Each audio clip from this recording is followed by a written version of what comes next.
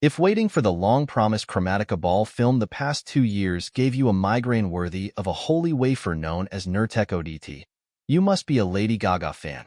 For those that weren't tortured by the agonizing delay, you're in for a fresh treat, as the pop icon finally released the concert film on Saturday. The good news?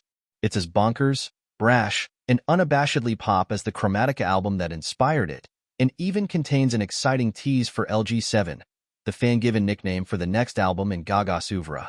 Filmed in front of an audience of more than 52,000 people during the tour's September 10, 2022 performance at Los Angeles' Dodger Stadium, Gaga Chromatica Ball was directed by the singer herself, capturing the full concert from beginning to end. And while there aren't many major surprises along the way, the film doesn't include documentary-style behind-the-scenes segments. It's still a strong highlight reel for one of the most immersive and elaborately designed tours of Gaga's career. From live versions of Bad Romance, Poker Face, and Rain on Me, to a cameo from one of Gaga's A Star Is Born co-stars, Entertainment Weekly has compiled the best moments from the concert film and, frankly, some of the strongest live performances of Gaga's career. Gaga Chromatica Ball is streaming now on Max. Lady Gaga teases LG7 at the end of the film as one era ends, another begins. Gaga was uncharacteristically cryptic in the run-up to her Chromatica era, which began nearly 4 years after 2016's Joanne. Now, as the Chromatica Ball film concludes the album's quadruple-year cycle, Gaga is sending Stupid Love and Free Woman off with a hint at what's to come. As Gaga makes her way off the stage at the end of the concert film, a snippet from a new song plays over the footage, with Gaga singing Dance in the Shadow of the Night, as the words LG7 and Gaga Returns briefly appear on screen. This marks the most significant tease for new music that Gaga has unveiled for the project to date, after she spent the past several months posting images of herself recording new material, using everything from monster emojis to the words tick-tock, tick-tock, to keep fans guessing at what sounds the next era might hold. The A Star Is Born co-star cameo from Willem. You can't read Gaga's Poker Face, but you can absolutely clock RuPaul's Drag Race star Willem's beautiful, bejeweled mug when the drag icon makes a brief cameo in the audience during the second number of the show. Gaga reportedly handpicked Willem to appear alongside fellow Drag Race alum Shangela in scenes from Bradley Cooper's 2018 movie A Star Is Born, in which the queens play drag bar owners who foster the singing talents of ally, Gaga, before she becomes a pop star under the guidance of Cooper's country crooner Jackson. Days after Gaga Chromatica Ball was filmed, Willem shared an Instagram video showing off some Chromatica nails for my friend's gig at the venue. High-definition tour interludes that connect the painful, yet triumphant, Chromatica story. One thing Gaga fans yearn for, and then obsess over, during each tour is when we'll get the icon's elaborate video interludes in HD form. It took roughly 2 years for the Chromatica Ball shorts to drop as part of the concert special, and, given the size of the outdoor venues Gaga played on the unusually short run of the tour throughout the summer of 2022, finally having these story-connecting visuals in crisp, up-close form versus squinting to see them at the live show helps drive home its overall narrative. In essence, the story begins with Gaga singing her signature hits like Bad Romance, Poker Face, and Just Dance, while breaking out of a steel cocoon. She famously tweeted and drew criticism for likening fame to prison during the Chromatica album cycle, so this part of the concert was always obvious. Even at her peak, the 3 songs above are arguably her most impactful singles. Gaga was suffering in private.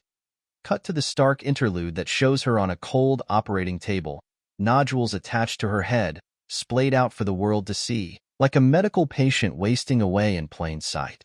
We also see an overhead shot of what can only be compared to a CT scan of her brain, a light with electronic pulses. Producer Blood Pop said in an interview with EW that Chromatica was made when Gaga was slipping down the rabbit hole of sadness. This included grappling with mental illness and subsequent treatment with antipsychotic medication, as she sings about on the album track 9/11.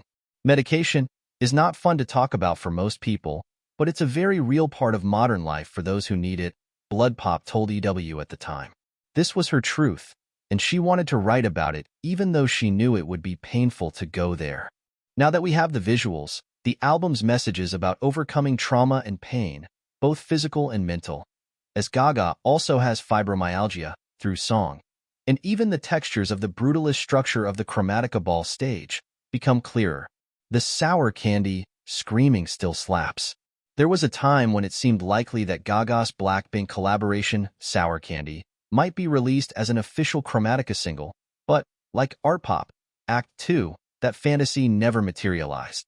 Still, Gaga treated viewers to some inventive vocal acrobatics on the album's accompanying tour, and we're happy to report that the oddball ing, and pseudo-climaxing are part of the concert film.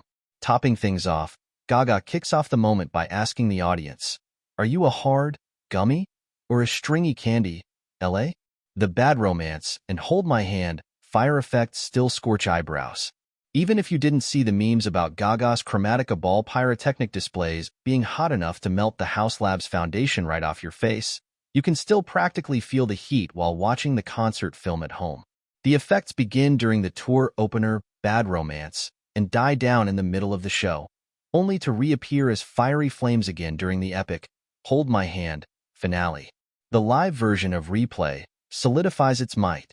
The debate over which of Gaga's album cuts deserve to be singles is a common point of contention among her fanbase, with standouts like Born This Way's Heavy Metal Lover and Joanne's Dancin' in Circles regularly cited as potential hits that got away. Chromatica Ball, however, solidifies the Chromatica tune Replay as one of the greatest non-single releases in Gaga's discography. The underrated song that should have been a single finally gets its broadcast debut in the special, with Gaga amplifying the already lush production, which uses a dizzying sample of Diana Ross' 1979 song, It's My House, with her famous rocker shrieks.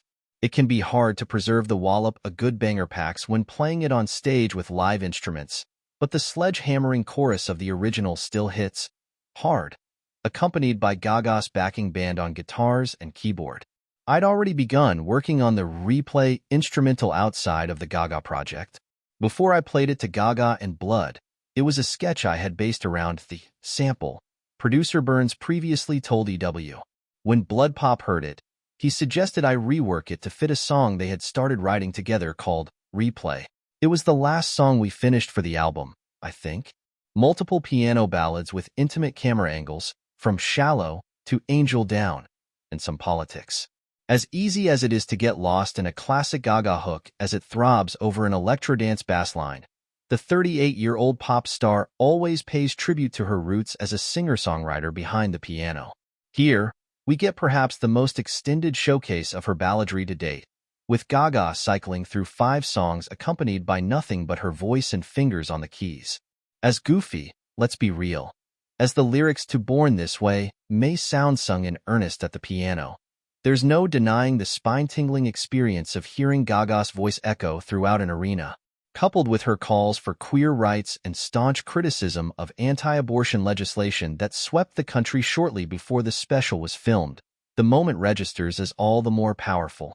Then things really get going, as Gaga belts some of the best lyrics she's ever written during Shallow and Always Remember Us This Way, from the A Star Is Born soundtrack, which melt away into The Edge of Glory, and her protest anthem, Angel Down.